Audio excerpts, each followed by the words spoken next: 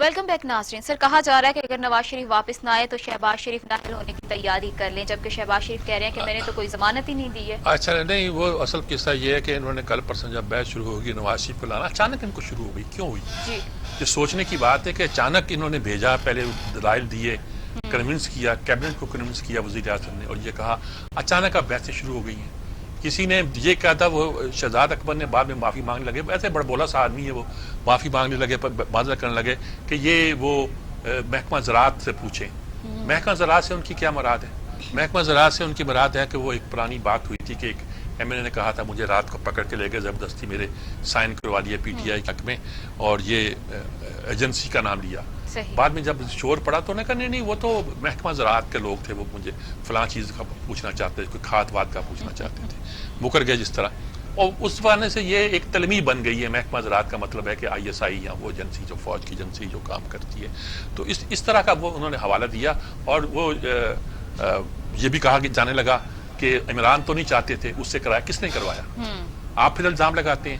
تو میرے خیال میں انہیں کچھ شک پڑ گیا ہے، یا یہ کہنا شروع کر دیا ہے کہ نواز شریف اگر سچ مچ اگر اس نے بات کر کے گیا کسی سے، کوئی بات چیت ہوئی، انڈرسٹینڈنگ ہوئی ہے، کیونکہ اس ملک کی مقتدرہ قوتیں چاہتی تھیں کہ عمران خان کو اگر وقت دینا ہے اور آسانی پیدا کرنی ہے تو بہتر یہ ہے کہ نواز شریف کو ملک سے باہر رکھا جائے. ملک کے اندر رہ کر وہ خطرہ پیدا کرے گا اس حکومت کے لیے، اور خطرہ ہے. ظاہر ہے کہ اس معاملے میں جو ہمارے نواز شریف صاحب ہیں وہ بہت سیانے ہیں. جی جی وہ سعودی عرب چلے گئے تھے، لیکن واپس آئے تو ایک طاقت کے طور پر آئے. بالکل انہیں پتہ ہوتا ہے کہ اپنے آپ کو ایک اسٹریٹجک ریٹریٹ کرنا جو ہوتا ہے نا، یہ بڑی امپورٹنٹ چیز ہوتی ہے. آپ ایک بڑی حکمت عملی کے تحت اگر پسپائی بھی اختیار کریں تو یہ اچھی بات ہوتی ہے. جی سر، اس پر بات کرنے کے لیے ہمیں ڈاکٹر نثار چیمہ، ممبر قومی اسمبلی مسلم لیگ نون نے ٹیلی فون لائن پر جوائن. جی السلام علیکم چیمہ صاحب. جی جناب. بس ہم یہی گفتگو کر رہے ہیں کہ یہ جو اب تک چلا ہوا ہے کہ نواز شریف واپس آئیں، شہباز شریف نے ضمانت دی ہے، اور یہ ساتھ بحث چل رہی ہے، وہ تو آپ نے ظاہر ہے حصہ ہیں کہ ایف اے ٹی ایف کے جو قانون ہے 2 پاس نہیں کیے سینٹ نے، تو شاید کچھ مس انڈرسٹینڈنگ. کیا قصہ کیا لگتا ہے ساری یہ کہانی؟ دیکھیے بات یہ ہے کہ یہ پی ٹی آئی کی پوری ٹیم، ان کے وزیر ہوں، ان کے مشیر ہوں، آواز تیز کریں ذرا بھی. دیکھیے یہ جو کچھ کر رہے ہیں، اس کے بیانات یہ ڈال رہے ہیں، یہ سارے کے سارے بیان، ساری ان کی پالیسی، ساری ان کی خواہشات، ان کی روایتی تنگ نظری پہ مبنی ہے. اسی تنگ نظری کی عکاسی ہوتی ہے ان کے ہر بیان سے، ہر پالیسی سے.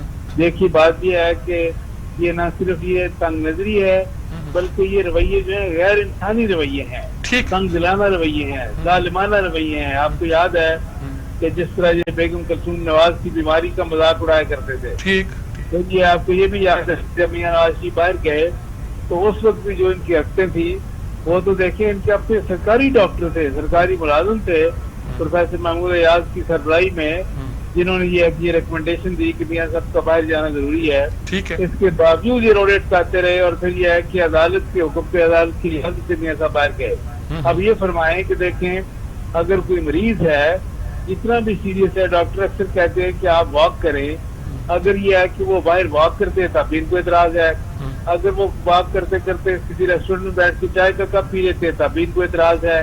یہ اندازہ کریں. یہ میں کہتا ہوں صرف مشرقی روایت نہیں، اخلاقی قدریں، اسلامی قدریں، ہر چیز کا یہ مذاق اڑاتے ہیں اور اس کی نفی کرتے ہیں اپنے عمل سے. دیکھیے یہ ہے کہ ساری قوم یہ جو ہے وہ دعا کر رہی ہے. ایک تو یہ کہ پوری قوم اس ظالم اور نائب حکومت کی رخصتی کی دعا کر رہی ہے، اور دوسرا یہ ہے کہ یہ میاں صاحب جی میاں نواز شریف کی صحت یابی کی دعا کر رہی ہے، اور پوری قوم کی دعا ہے کہ وہ جلدی صحت یاب ہوں، اور جس وقت بھی ڈاکٹر نے اجازت دیں گے وہ واپس آ جائیں گے. یہ ٹھیک بات ہے آپ کی، لیکن وہ دوسرا مسئلہ کیا ہے کہ جو بل پاس نہیں کیے، اس میں شاہد خاقان عباسی تو یہ کہتے ہیں کہ یہ بل جو تھے یہ تو ایک طرح کا قوم کے ساتھ بہت سخت ظلم کرنے کے مترادف تھے، اور ان کا ایف ٹی ایف سے کوئی تعلق. دیکھیں ایف ٹی ایف جو ریکوائرمنٹ تھی اس کے حوالے سے جتنی قانون سازی تھی ہم نے بھرپور تعاون کیا ہے، اور ہم نے مل کے یہ سارے بل پاس کیے ہیں. لیکن یہ کہ ایف ٹی ایف کا نام لے کر یہ جو ہے اگر یہ سستائیت پہ مبنی جو ہے اس طرح کے قانون بنانا چاہیں، ایک اس طرح کا جس طرح وہ یعنی ایک نازی جرمنی والی صورت پیدا کریں ایک ہٹلر بننے کی کوشش کر رہے ہیں وزیر اعظم صاحب، اور اس طرح کا ایک بدترین قسم کا ڈکٹیٹر بننے کی کوشش کرے، اس کا رستہ روکنا جو ہے وہ ملک اور قوم کے مفاد میں ہے۔ ہم یہ کہ FATF کا نام لے کر یہ اگر بنیادی انسانی حقوق جو ہے ان پہ ڈاکہ ڈالیں گے، ان کو پامال کرنے کی کوشش کریں گے، ان پہ پابندیاں لگانے کی کوشش کریں گے، تو ان کا رستہ روکنا جو ہے وہ بالکل قومی مفاد میں ہے، اور ہم انشاءاللہ بالکل ایسی کریں گے۔ بہت شکریہ آپ کا چیمہ صاحب، آپ نے بہت تفصیل کے ساتھ دونوں مسئلوں پر ہماری رہنمائی کی، بہت شکریہ آپ کا۔ یہ ہے جی اپوزیشن کا موقف۔ وہ کہتے ہیں FATF جو بل ہے وہ اس پر ہے ہی نہیں، وہ کہتے ہیں بتا دو یہ ان کی ریکوائرمنٹ ہے۔ آپ اس کے آڑ میں یہ کہنا چاہتے ہیں کہ کسی بندے کو آپ گرفتار کر لیں اور اس کے لیے کوئی آپ بیل نہ ہو سکے اس کی، اور بغیر وارنٹ کے اسے گرفتار کر سکیں، اور کسی وجہ سے بھی آپ پہلے نیب کا قانون کیا کام ہے، اور اس میں یہ بھی تھا پچھلے قوانین میں کہ نیب اس کو سنے گی۔ اچھا یہ ساری ایک انہوں نے کہا کہ یہ قانون وہ نہیں ہے جو ہونا چاہیے، اس لیے ہم اس کا راستہ روکتے ہیں۔ آپ پاس کرا لیں گے، آپ دونوں ہاؤسز کو ملا کر پاس کرانے کی کوشش کریں گے، ہو سکتا عمران خان بڑے چیخ کے بولے کہ صاحب مجھے بلیک میل کیا جا رہا ہے۔ بلیک میل کیا جا رہا ہے؟ وہ کہہ رہے ہیں جو بھی ہو جائے حکومت NRO نہیں دے گی۔ NRO صاحب میں نے آج لکھا ہے کہ NRO تو یہ شبلی فراز بھی کہتے ہیں، تو میں نے کہا کہ NRO تو آپ کے والد صاحب لے کر آئے تھے، ضیاء الحق کے زمانے میں ملک سے چلے گئے تھے اور بک فاؤنڈیشن کے سربراہ تھے، اور کہتے تھے کہ بھی مجھے ضیاء الحق تنگ نظم لکھی تھی اس کو اون نہیں کرتے تھے۔ میں اس کو سے ریپیٹ نہیں کرنا چاہتا یہاں۔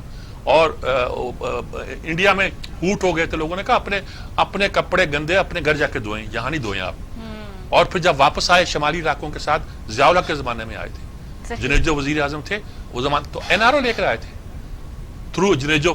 کیا مسئلہ تھا؟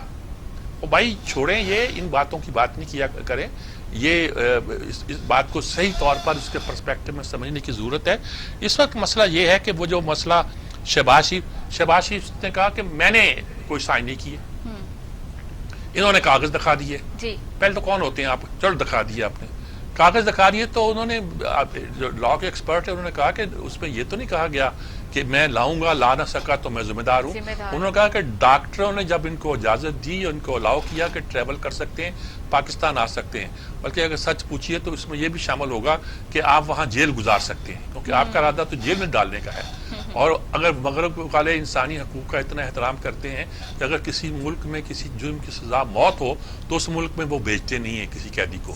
لیکن یہ ہے کہ اگر کسی ملک میں یہ ہو کہ یہ جیل جائیں گے اور اس کی صحت پر اثر پڑے گا تو وہ کیسے بھیجیں گے؟ اب آپ کو معلوم ہے، آپ کے بندے ہی کہتے ہیں کہ یہ نواز شریف، عمران خان اس پہ خوش بہت ہے تھا جب ان کو بھیج دیا گیا تھا، لیکن اب اس کو افسوس ہو رہا ہے کہ میرے ہاتھ سے نکل گیا، اور یہ کہ ان کو وہ واپس لانا چاہتا ہے لیکن لا نہیں سکے گا، قانون اس کی اجازت نہیں دے گا۔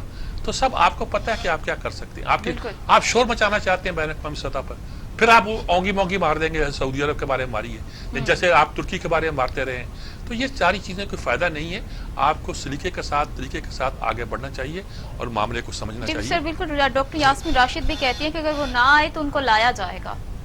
کیسے لایا جائے گا؟ یعنی کہ کہنا آسان ہے، لایا جائے گا۔ وہ کسی نے کہا کہ آپ تو اسحاق ڈار کو نہیں لا سکے، حسین نواز کو نہیں لا سکے، ان کو کہاں سے لائیں گے؟ عالمی قوانین ایسے نہیں ہیں کہ نیب والے جائیں اور قانون پیش کریں اور کہ اچھا چلو بھی نیب نے فیصلہ کر دیا ہے۔ ان کو پتہ نیب کیا ہے اور ان کے فیصلے کیا ہیں، اور کتنے وہ ہیومن رائٹس پر مبنی ہیں، اور کتنے انسانوں کے ساتھ ہمدردی کا تقاضا کرتے ہیں کہ ان کو فالو کیا جائے۔ اس لیے اس طرح کی توقع کرنا فضول بات ہے۔